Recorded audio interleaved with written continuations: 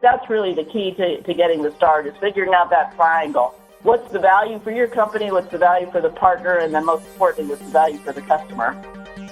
Driving sustainable growth for a B2B company can be daunting, especially when trends in marketing are evolving so quickly.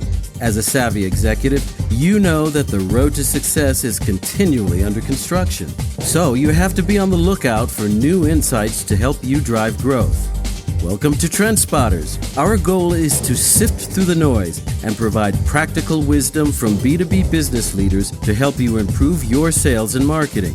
In each episode, we have frank 15-minute conversations with leading-edge marketing and sales experts who are driving growth for companies every day. Here's Candyce to introduce today's guest. A channel strategy is important for both stimulating fast growth and diversifying revenue streams. But to be effective, that strategy has to benefit your company, your partner, and your customer. Today, I'm talking with Amy Guarino, who built the channel program for Marketo. She joined Marketo at the beginning of 2009 as their 25th employee. At the time, their revenue was only $1 million. Her job was to figure out how to diversify their revenue stream through a channel strategy. The strategy was ultimately very successful. Marketo launched its first product in 2008, and by 2015, their revenue was almost $210 million. Marketo was acquired by a private equity firm in 2016 for approximately $1.79 billion. In this interview, Amy and I will talk about how she developed the channel program at Marketo. She'll also share about a strategic misstep they made early on, and she'll tell the surprising story about how Marketo gained access to the enterprise market through their channels. Amy, thank you for joining us. I am so excited to be able to talk to you on the podcast today.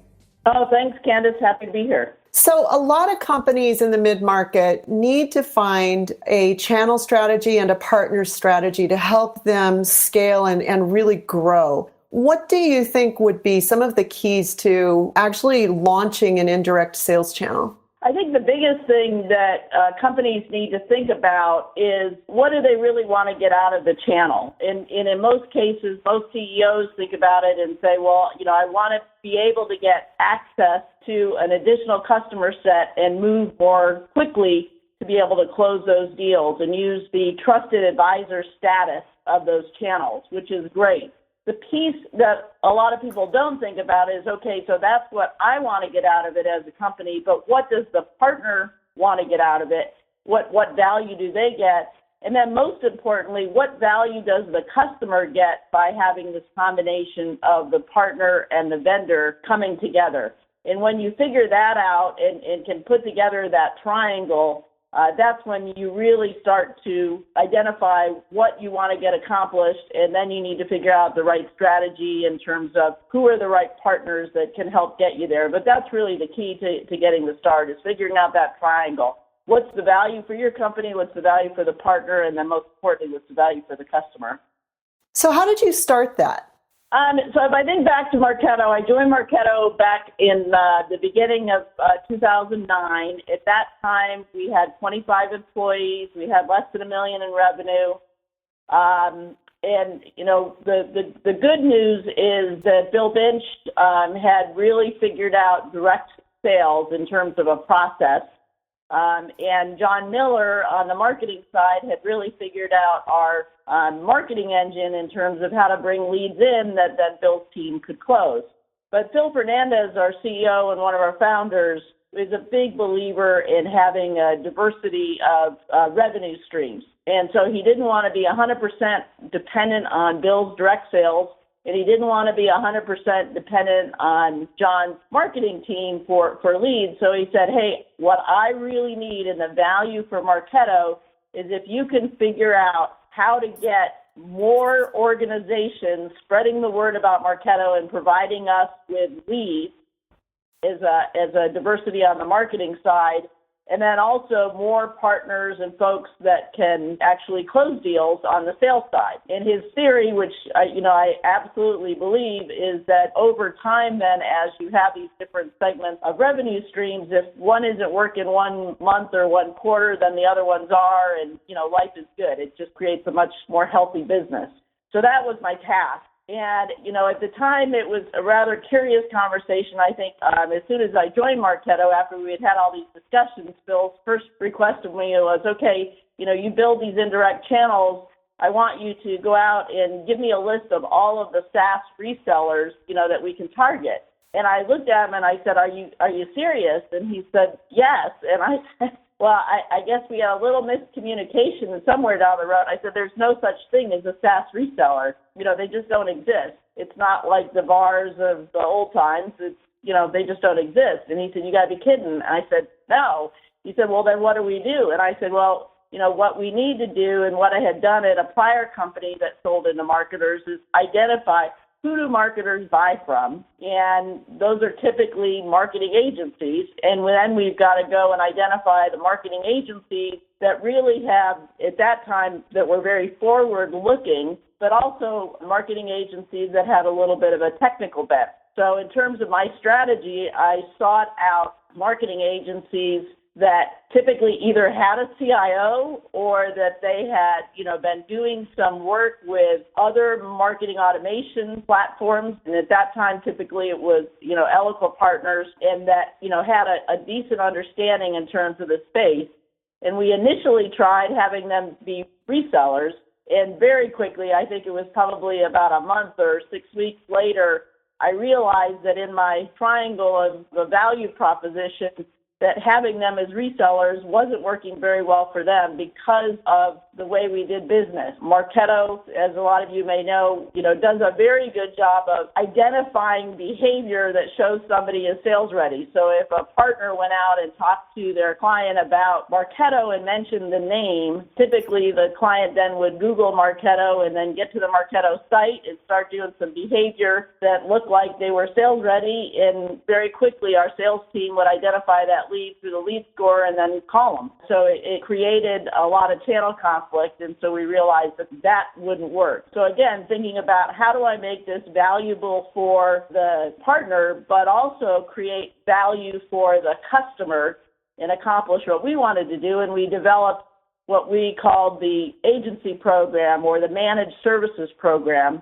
where we would sell essentially a large instance of Marketo to the agency, and then allow the agency to provide a fully outsourced service, essentially, marketing as a service powered by Marketo to clients. And our initial need from a customer perspective was for smaller clients that didn't have the headcount to really manage a Marketo instance on their own, but they were probably venture-backed, had money, and needed to quickly put in a strong foundation in terms of their marketing effort. And so for those folks, it worked out extremely well. Instead of buying Marketo and managing it themselves, they could go to one of our agency partners, pay them a retainer, and get that expertise as well as a very powerful technology enabling that. And so it's very similar to outsourcing PR. They just outsourced their demand gen. What was interesting about that time was Marketo was definitely selling primarily to SMB, and probably about a year and a half into it, I started getting calls from some of my agencies, and they said, well, can you help us? We've got a large enterprise client that's very interested. And I thought that was rather curious, since we weren't selling that much to large enterprises, and wanted to find out why. And they gave me names of these large enterprises. And what was really interesting is I knew that those customers were actually, or those companies were actually customers of some of our large competitors. And I said, well, I don't understand. Why in the world do they need to use you guys to run these campaigns? I know they have a platform internally to the company. And the response was, well, this particular division or this program doesn't have access to the company platform because it's a corporate asset, or they don't have priority. But they still have money that they can spend on a program, and so it makes it very easy for them to outsource that to us.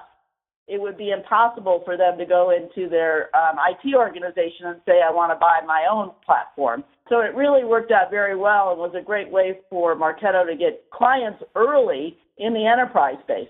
It's interesting that you would say that, because I was personally involved in a couple of those situations. One, an enterprise data center that had us deploy Marketo for them as a pilot. and another one where the company actually had Eloqua internally, and they asked us to deploy Marketo and launch really a lead conversion strategy where they were generating cold leads, and then we would go through a nurturing process and try to book meetings for them off of those cold leads. And it was interesting because sometimes we wouldn't necessarily get the meeting booked, but the same kind of conflict that you're talking about that you were having when you tried the reseller was that the inside salespeople would notice that somebody had hit their website that we were calling, and then he would call up and book the meeting. But because of our outbound outreach, we were touching the person a lot, but they ended up going to the client's website and we didn't have access to the website. So it was kind of an interesting problem for us and frustrating for me, but wildly successful for the client.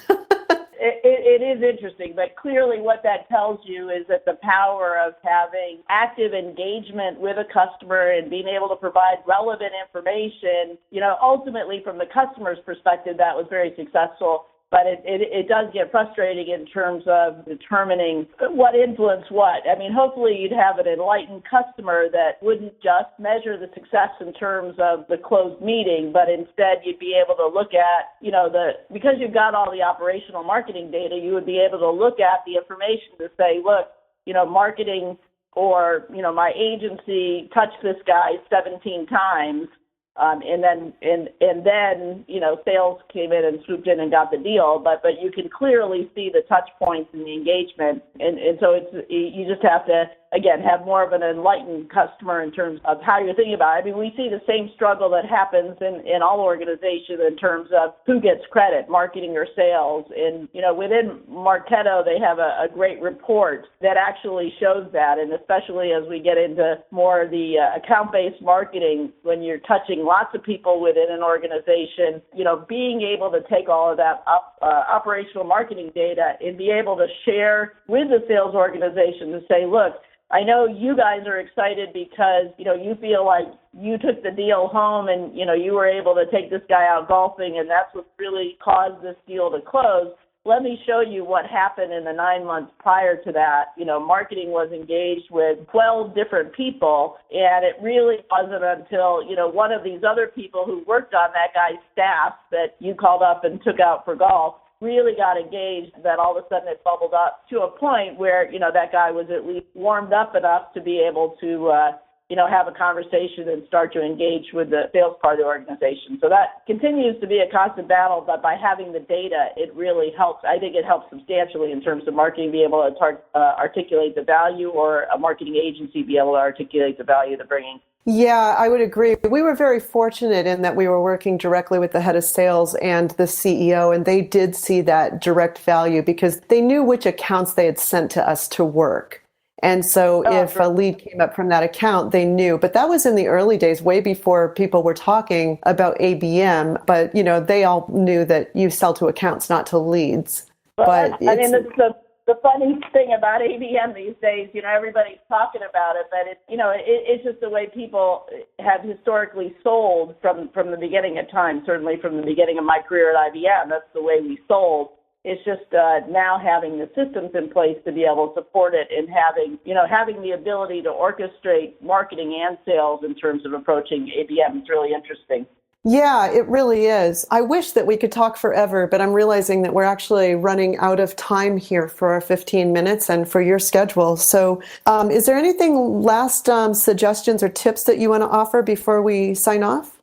No, I think that really the biggest thing is focus on value, and focus on it for you as the company, but also for the partner and for the customer. And, if things are starting to go a little wacky and you can't figure out, come back to that and really sit down and think about, talk to your partners, talk to your customers, and understand what you're trying to accomplish. And if you do that, and then if you keep a kind of an open mind in terms of thinking about all different options in terms of what could be partners, then I'm sure you'll come up with a great solution. This has been fantastic, and thank you for giving us a real case study of what happened at Marketo. It's so helpful to have real stories of how this worked. So thank you so much for joining us, Amy. This has been fantastic. You're most welcome. Thanks, Candyce. I hope you enjoyed this interview as much as I did and took away some ideas that you can implement in your company. You can learn more about Amy and her new venture at www.kyndi.com. That's www.kyndi.com. Or you can visit the Trend Spotters page at www.propelgrowth.com/trendspotters and scroll to episode 3 to find links to Amy's LinkedIn and Twitter profiles and her company website. To learn more about Marketo, visit www.marketo.com. Hey, thanks for listening. We hope you found value in today's episode and would welcome your feedback. For more marketing tips and insights, visit us at www.propelgrowth.com. And would you do us a favor? Tell your friends about the Trend Spotters podcast. Thanks. And we hope you'll join us for our next episode. You can subscribe to the podcast via iTunes or Stitcher.